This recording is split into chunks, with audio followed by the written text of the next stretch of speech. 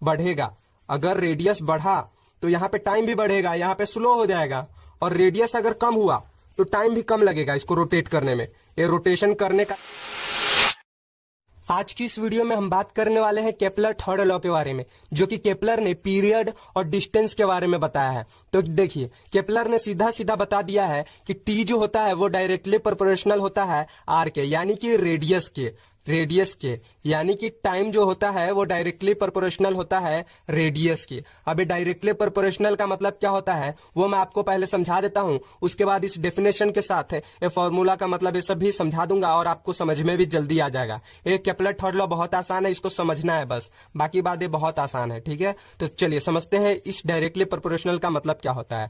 तो मैं आपको बता देना चाहता हूं, ये जो मैं इसको डायरेक्टली प्रोपोर्शनल बोल रहा हूं इसको अल्फा का साइन बोलते हैं। यानी कि ये जो है ना, ये जो डायरेक्टली प्रोपोर्शनल का ये जो साइन मैं आपको बता रहा हूँ सिंबल, ये इसको ना अल्फा, ये जो है ना ये अल्फा है। हाँ, अब इसको हम लोग प्रोपोर्शनैलिटी दिखाने के लिए यूज कर लेते हैं।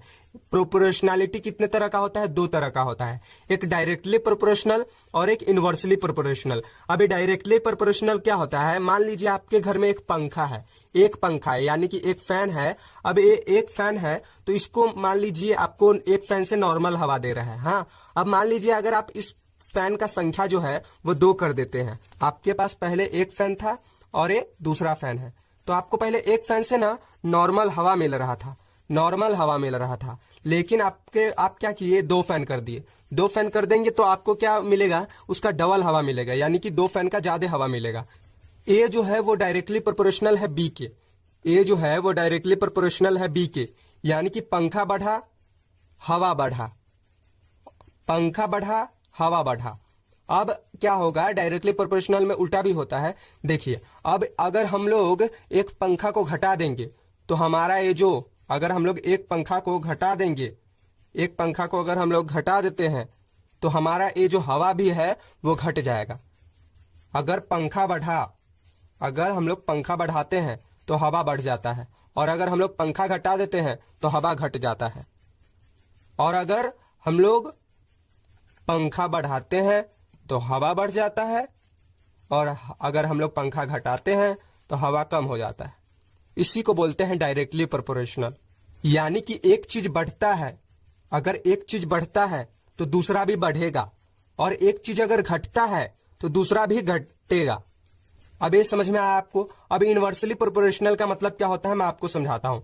इनवर्सली प्रोपोर्शनल को भी अल्फा के साइन से ही दिखाते हैं, लेकिन क्या होता है, इसको ना A is inversely proportional to 1/b, इसको ना 1/b करके लिखते हैं। चाहो तो आप इसके ऊपर इनवर्सली प्रोपोर्शनल के ऊपर ऐसे करके दिखा सकते हो, डबल इन्वर्टेड कॉमा से, लेकिन दिखाते नहीं है। अगर आप गूगल वगैरह पर चेक करोगे तो उसको कुछ इनवर्सली प्रोपोर्शनल के अल्फा के आजू बाजू ये डबल इन्वर्टेड कॉमा होता है, लेकिन ऐसे आप बुक वगैरह में उतना नहीं रहता है। तो देखिए, A is inversely proportional to 1/b, यानी कि इस इनवर्सली प्रोपोर्शनल को 1/b करके लिखते हैं वैसे ही, बस 1/b करके लिखते हैं। तो देखिए, इनवर्सली प्रोपोर्शनल का मतलब मैं आपको समझा देता हूं। मान लीजिए एक घर को बनाना है। अब इस घर को बनाने में ना एक वर्कर जो है ना इस घर को 2 दिन में बनाता है। लेकिन अगर हम मान लीजिए हम क्या करेंगे, इस वर्कर का संख्या को बढ़ा देंगे तो क्या होगा, ये वर्कर यहाँ पर 2 आ जाएंगे तो काम ना एक ही दिन में हो जाएगा। मान लीजिए एक काम 2 दिन में होता है, एक वर्कर से इस घर को बनाने में 2 दिन लगता है।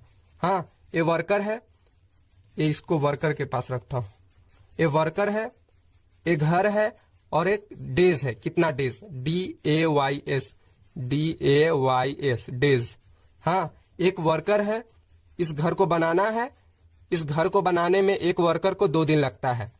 एक आदमी को एक घर बनाने में 2 दिन लगता है। तो अब क्या कीजिए, इस वर्कर में यानी कि इस आदमी का संख्या बढ़ा दीजिए, 1 से 2 कर दीजिए, तो 2 वर्कर कर दिए। तो अब क्या होगा, ये जो 2 दिन का काम है ना एक ही दिन में हो जाएगा। तो यहाँ पर क्या हुआ, अगर वर्कर बढ़ा तो काम कम हुआ। मैं यहाँ पे आपको बताता हूं, अगर वर्कर बढ़ा, W बढ़ा, तो वर्क जो है वो कम होगा। यानी कि एक चीज अगर बढ़ता है एक चीज अगर बढ़ता है तो एक कम होता है, और अगर एक कम होता है तो एक चीज बढ़ जाता है, उसी को इन्वर्सली प्रोपोर्शनल बोलते हैं। देखिए मैं आपको फिर से समझाता हूं। एक वर्कर है, एक काम है, इस काम को करने में 2 दिन लगता है, 2 दिन लगता है। ये वर्कर है, एक काम को करने में 2 दिन लगता है। तो मान लीजिए अगर हम वर्कर का संख्या बढ़ा देते हैं, 1 से 2 कर देते हैं, तो ये 2 दिन का काम 1 ही दिन में हो जाएगा ना। तो एक बढ़ा यानी कि वर्कर बढ़ा तो काम कम हुआ। अगर हम क्या करेंगे, यहाँ पे वर्कर को घटा देते हैं तो फिर से एक वर्कर को काम करने में 2 दिन लग जाएगा। तो अगर एक बढ़ता है तो एक घट जाता है, एक घटता है तो एक बढ़ जाता है। तो इसी को इन्वर्सली प्रोपोर्शनल बोलते हैं। और डायरेक्टली प्रोपोर्शनल में क्या होता है, अगर एक चीज बढ़ता है तो दूसरा भी बढ़ता है, और एक चीज अगर घटता है तो दूसरा भी घटता है। अगर नहीं समझ में आया तो आप वीडियो को पीछे करके देख सकते हो समझने के लिए।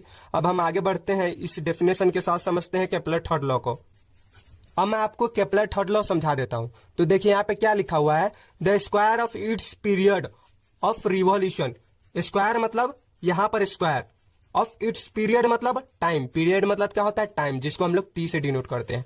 Of a revolution around the sun, of the revolution around the sun, यानी कि सन के आजू बाजू ऐसे इलिप्टिकल पाथ में घूमता है ना, उसको रिवॉल्यूशन बोलते हैं। Is directly proportional to cube of the mean distance of a planet from the sun. Cube मतलब क्यूब, मीन मतलब मल्टीप्लाई करना, रेडियस, उसको ना रेडियस बोलते हैं।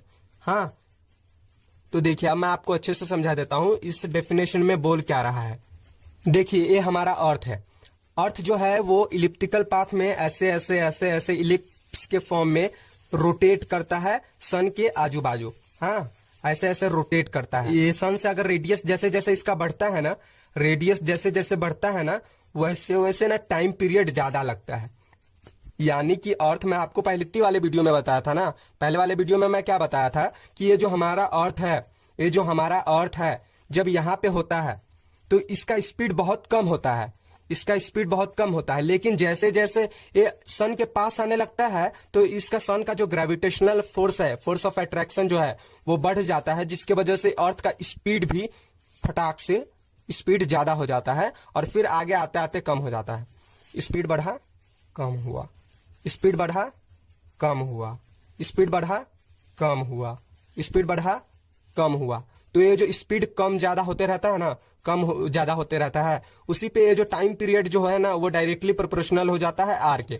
आर मतलब क्या होता है, रेडियस। हाँ, ये जो लाइन है मान लीजिए रेडियस है, रेडियस ही तो है, आर मतलब रेडियस, तो ये लाइन है रेडियस और ए लाइन है रेडियस। यहां पर भी एक रेडियस बनेगा ना, तो ये मान लीजिए ए रेडियस है, ए रेडियस है, इसको मैं रेड पेन से दिखाता हूं, ए रेडियस है, और यहां पर जो ये लाइन है जो नहीं दिख रहा है, मान लीजिए इसको हम लोग बी रेडियस मानते हैं, बी रेडियस, बी रेडियस, इसको आपको भूल जाना है अभी।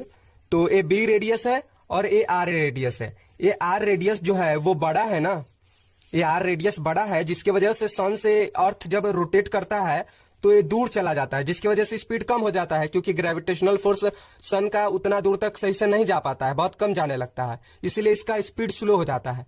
देखिए तो यहां पर रेडियस बढ़ा, जैसे जैसे सन से इसका रेडियस बढ़ा, ये सन है हमारा, हाँ ये हमारा सन है और ये हमारा अर्थ है, यहां पे ये सन है और ये अर्थ है। अब आपको सन नहीं दिखेगा, जैसे जैसे अर्थ इससे दूर जा रहा है वैसे वैसे इसका रेडियस इंक्रीज हो रहा है, रेडियस इंक्रीज हो रहा है, और जैसे जैसे ये अर्थ सन के करीब आता है रेडियस कम हो गया, और टाइम भी कम लगा, क्योंकि यहाँ पे ग्रेविटेशनल फोर्स इंक्रीज हो जाता है। मैं आपको फिर से अच्छे से समझाता हूं।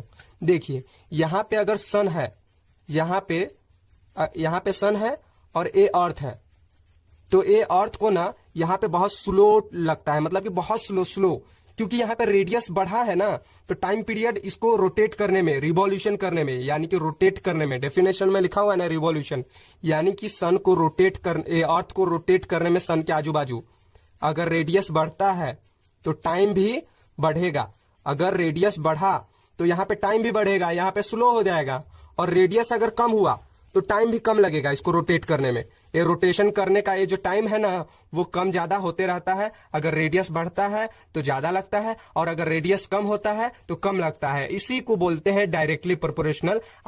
यहाँ पे क्या लिखा हुआ है, टी जो होता है वो डायरेक्टली प्रोपोर्शनल होता है आर के, यानी कि टी जो है वो डायरेक्टली प्रोपोर्शनल है आर के। अगर ये जो टाइम जो है 2 गुना के रफ्तार से अगर बढ़ता है, टाइम जो है अगर 2 बढ़ता है तो रेडियस ना 3 बढ़ेगा। अगर टाइम 2 बढ़ता है तो आर जो है ना, आर जो है वो 3 गुना बढ़ेगा। डायरेक्टली प्रोपोर्शनल होता है, टी जो होता है वो डायरेक्टली प्रोपोर्शनल होता है आर के क्यूब के। यही इसीलिए लिखा जाता है यहाँ पे क्यूब और ये स्क्वायर लिखा जाता है। यहाँ पर समझने का एक बार फिर से कोशिश कीजिएगा अच्छे से। वैसे आपको समझ में आ गया होगा लेकिन मैं आपको फिर से अच्छे से समझा देता हूँ जिनको समझ में नहीं आया है। अगर रेडियस बढ़ता है जो स्पीड है वो बहुत स्लो हो जाएगा, जिसकी वजह से टाइम ज्यादा लगेगा। रेडियस बढ़ा तो टाइम ज्यादा लगेगा, रेडियस कम हुआ तो टाइम बहुत कम लगेगा, क्योंकि अर्थ के पास आ जाएगा, जिसकी वजह से इजीली फटाफट रोटेट करेगा। फटाक से ग्रेविटेशनल फोर्स की वजह से फटाक से रोटेट कर जाएगा।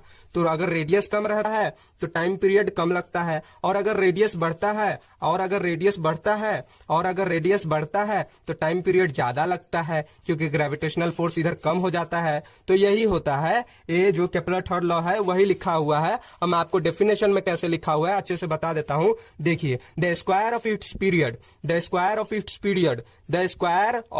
पीरियड, पीरियड मतलब time, revolution around the sun के आजू बाजू घूमने वाला, इतना तो पता ही होगा, is directly proportional to the cube of the mean distance of a planet from the sun. Is directly proportional to the cube, directly proportional, इसको अल्फा के साइन से दिखाते हैं। टू द क्यूब, यहाँ पे क्यूब बना हुआ है, to the cube of the mean distance of a planet. Mean मतलब R, radius, R, distance of a planet from the sun, cube of the mean distance of a planet from the sun. अब a mean का मतलब क्या होता है, ए mean का मतलब radius होता है, और इसको हम लोग मल्टीप्लाई भी बोल सकते हैं। मैं आपको अच्छे से बता देता हूं। देखिए, अब मैं आपको मीन डिस्टेंस का मतलब बता देता हूं अच्छे से।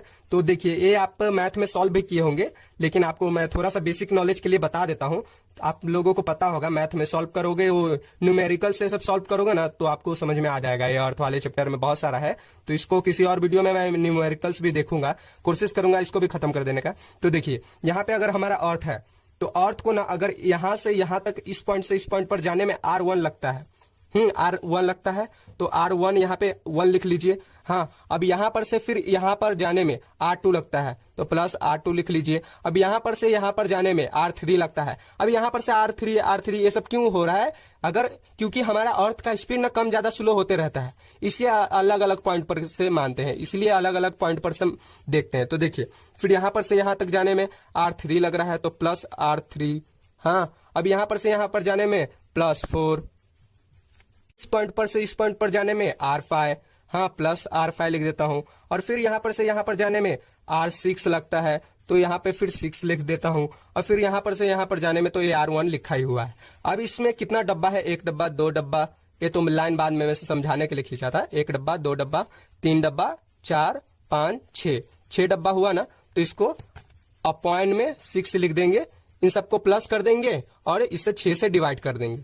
इतना तो आपको ये मैथ करने का है तो कर सकते हो, आपको न्यूमेरिकल्स में ये सब समझ में आ जाएगा। बस इतना ही था, एक Kepler third law. I hope आपको समझ में आ गया होगा। मैं आपको एक बार ये समझा देता हूँ, समझाने का तो नहीं है, बस एक बार रिवाइज करवा देता हूँ क्या है केपलर थर्ड लॉ, आपको अच्छे से याद कर लेना है। तो देखिए, the square of its period,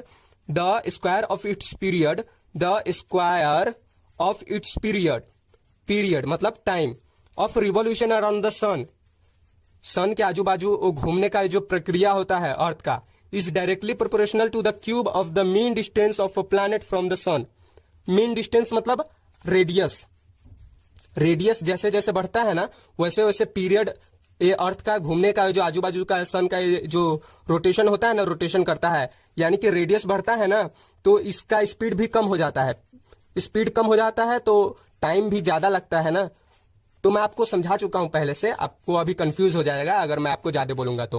time जो होता है वो डायरेक्टली प्रोपोर्शनल होता है रेडियस के, यानी कि अगर रेडियस बढ़ा तो टाइम ज्यादा लगेगा और रेडियस कम रहेगा तो टाइम कम लगेगा। हाँ, आपको टी से शुरुआत नहीं करना है, आर से शुरुआत करेंगे ना तो आपको अच्छे से समझ जाएगा। तो देखिए, अगर रेडियस बढ़ा तो टाइम ज्यादा लगेगा और रेडियस अगर कम हुआ तो टाइम कम लगेगा। हाँ, यही लिखा हुआ है, तो यही डायरेक्टली प्रोपोर्शनल होता है। और इसको उतना अच्छे से मैं आपको अभी नहीं समझाऊंगा, नहीं तो बाकी बात ये सब कंफ्यूज हो जाएगा। तो देखिए, अब इस टी को ना हम लोग डायरेक्टली प्रोपोर्शनल में करते हैं। यहाँ पर इस ये जो मान लीजिए टी है ना, directly proportional to R, cube यहाँ पे हुआ, अब एक क्यूब हुआ। तो हम क्या करते हैं, इस प्रोपोर्शनल को ना हटाने के लिए, इस अल्फा के साइन को हटाने के लिए हम क्या करते हैं, एक कोई कांस्टेंट नंबर ले लेते हैं। क्या करते हैं, डायरेक्टली प्रोपोर्शनल के जगह पे यानी कि अल्फा के जगह पे टी लिख करके ना हम लोग इजिकल टू लिख देंगे और इसके जगह पे कुछ कांस्टेंट नंबर ले लेंगे। तो के कांस्टेंट नंबर है, इसको ले लेते हैं। आप कोई भी नंबर ले सकते हो, 3 4 5 ये सब कांस्टेंट नंबर ही होता है। तो देखिए, के ले लिया, ए डायरेक्टली प्रोपोर्शनल के जगह पे, ये अल्फा के साइन के जगह पे, इसको हटाने के लिए, इस साइन को हटाने के लिए मैं यहाँ पर के लिख दिया, यानी कि कांस्टेंट नंबर। अब के और आर बचा था, आर का स्क्वायर, अब इसको यहाँ पर स्क्वायर आएगा। हाँ, तो अब क्या होगा, अगर हम लोग ये वाला ये जो के है, ये देखिए, अब इस टी को यहीं पे रखते हैं, टी का स्क्वायर, हाँ, अपॉन ये जो आर है, आर का क्यूब, ये यहाँ पर जाकर के इसके नीचे आ जाएगा, आर का क्यूब, हाँ, इजिकल टू के बनेगा ना, टी स्क्वायर अपॉन आर का क्यूब इजिकल टू के। आपको केपलर थर्ड लॉ आपको समझ में आ गया होगा।